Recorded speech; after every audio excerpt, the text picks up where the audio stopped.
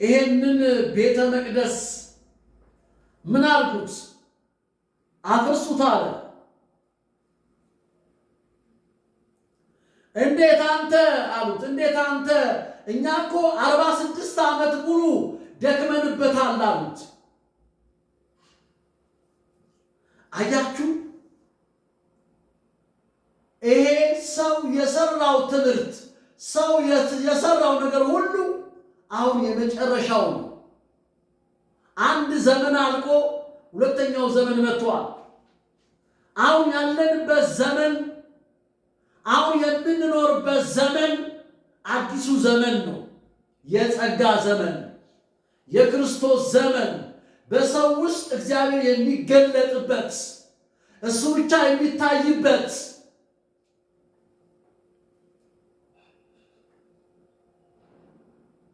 ብቅ እያልን በቴሌቪዥን መስኮት የሆነ ነገር እየወረወርን ህዝብን የምናተራምስበት ዘመን አይደለም። እግዚአብሔር በመቅደሱ ሆኖ እግዚአብሔር በማደሪያው እኔ ያው ሆኜ አልኖርም ካለ ከክርስቶስ ተሰቅያለሁ እኮ ነው ያለው። ተሰቅያለሁ አለና እኔ አልኖርም አለ። በውስጤ ግን ክርስቶስ ይኖራል አለ። ስለዚህ እግዚአብሔር የፈለገው ነገር ምንድነው ስንል የመጀመሪያውን ሰው እንዲሞት ነው የፈለገው። የሰው ልጅ ነው ያለው። የሰው ልጅ ሊሰቀል ይገባዋል አለ። የሰው ልጅ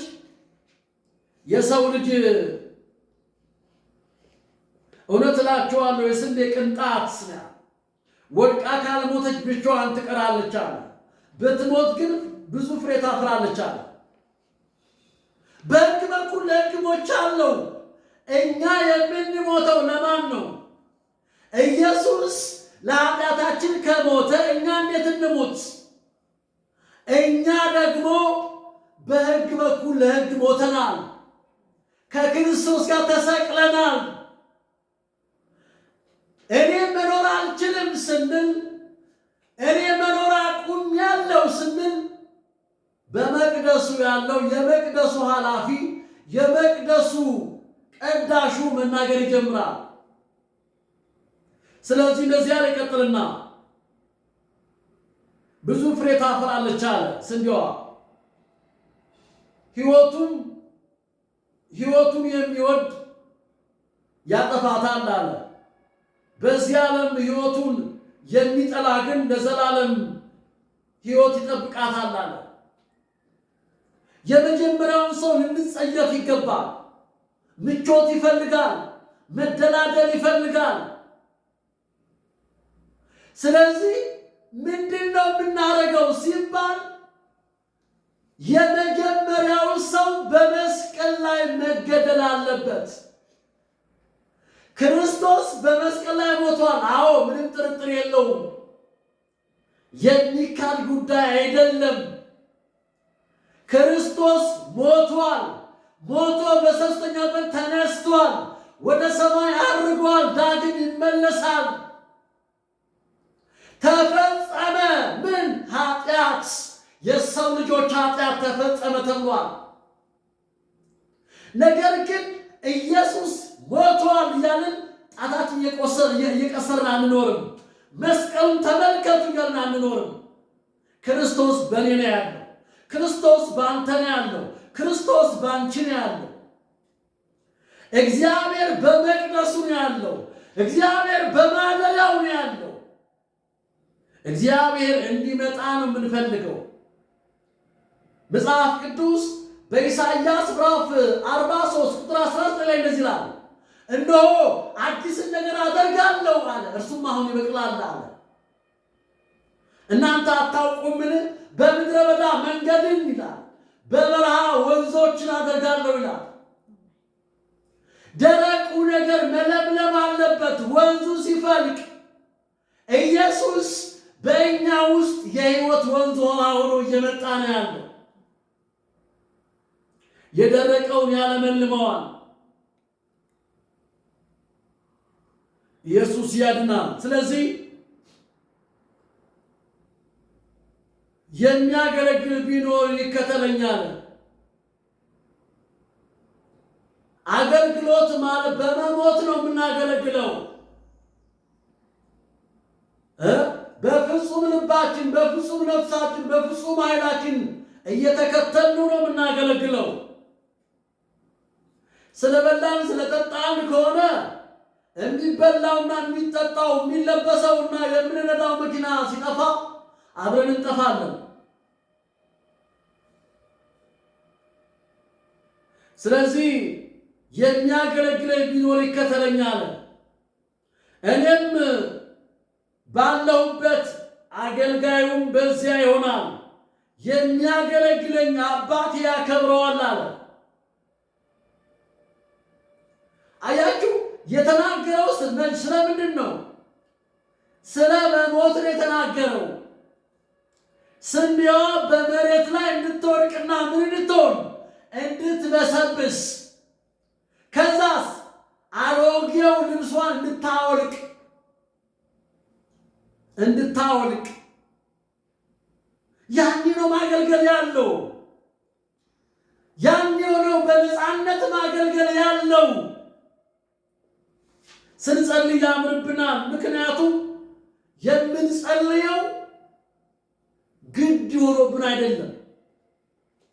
ውስጣችን የሚንተከተክ ፍቅር አለ።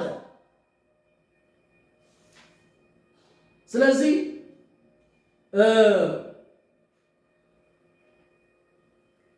ይህን እኛም ልናደርግ የሚገባው ነገር ሮሜ ምዕራፍ 13 ላይ እንመለከታለን። ሁለት ጥቅሶች እናያለን። እንደዚህ ይላል። እንግዲህ መሞት ሲባል መቼም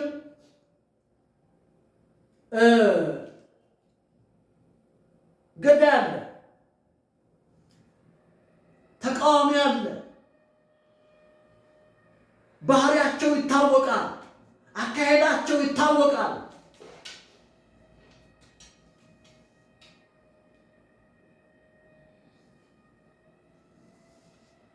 እንደዚህ ይላል ሮሜ ምዕራፍ 13 ቁጥር 11 ላይ ዘመኑን በማስተዋል ይህንን አድርጉ፣ ከእንቅልፍ የምትነሱበት ሰዓት አሁን እንደደረሰ ዘመኑን እወቁ።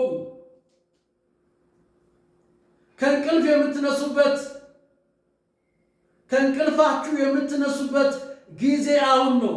መዳናችሁ መጀመሪያ ካመንበት ጊዜ ይልቅ አሁን ወደኛ ቀርቧልና፣ ሌሊቱ አልፏል፣ ቀኑ ቀርቧል። ስለዚህ የጨለማን ስራ አውጥተን የብርሃን ጋሻ ጦር እንልበስ። በቀን እንደምንመላለስ በአግባብ እንመላለስ። በጭፈራ በስካር አይሁን፣ በዝሙት በመዳራት አይሁን፣ በክርክር በቅናት አይሁን። ተመልከቱ፣ ሌሊቱ ሆኗል፣ አልፏል ይላል። ቀኑ ቀርቧል፣ የብርሃንን ጦር ዕቃ እንልበስ ይላል።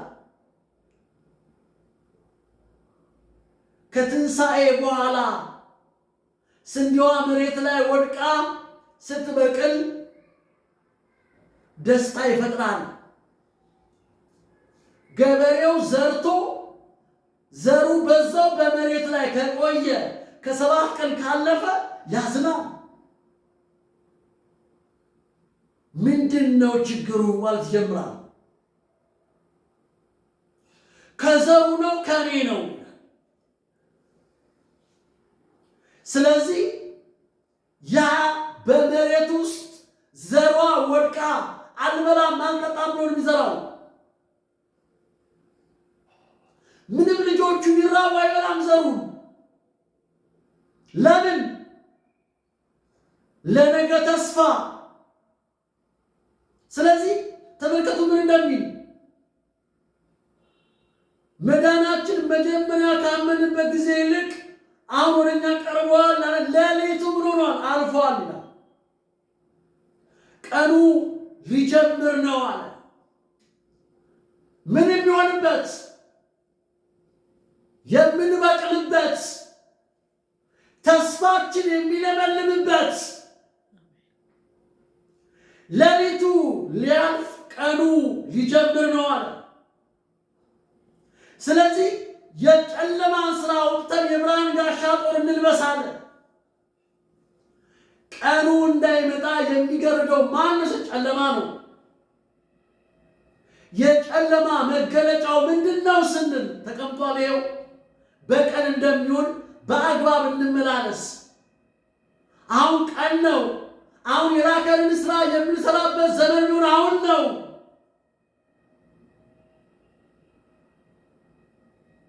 በቀን እንደሚሆን በቀን እንደምንመላለስ በአግባብ እንመላለስ።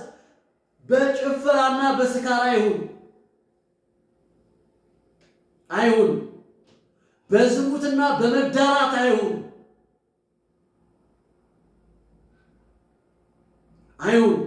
በክርክርና በቅናት አይሁን። አያችሁ፣ የብርሃን ተቃራኒ ማን ነው ሲባል ጭፈራና ስካር አይሁን፣ በዝሙትና በመዳራት አይሁን፣ በክርክርና በቅናት አይሁን ይላል። ይልቁንም ጌታ ኢየሱስ ክርስቶስን ማርጉት፣ ልበሱት። አሮጌው ከኛ ላይ መውለቅ ሲጀምር መብቀል ስንጀምር አሮጌው ያቺ ስንዴ የመጀመሪያ ልፏን ታወልቀዋለች። መሬት ምርቱ ውስጥ ይቀራል። አዲስ ሆና ነው የምትበቅለው። በቅላለች። ከዛስ ስለዚህ ጌታ ክርስቶስን ልበሱት ይላል። ምኞትን ይፈጽም ዘንድ ለስጋ በሐሳባችሁ አትመቻቹለት ይላል።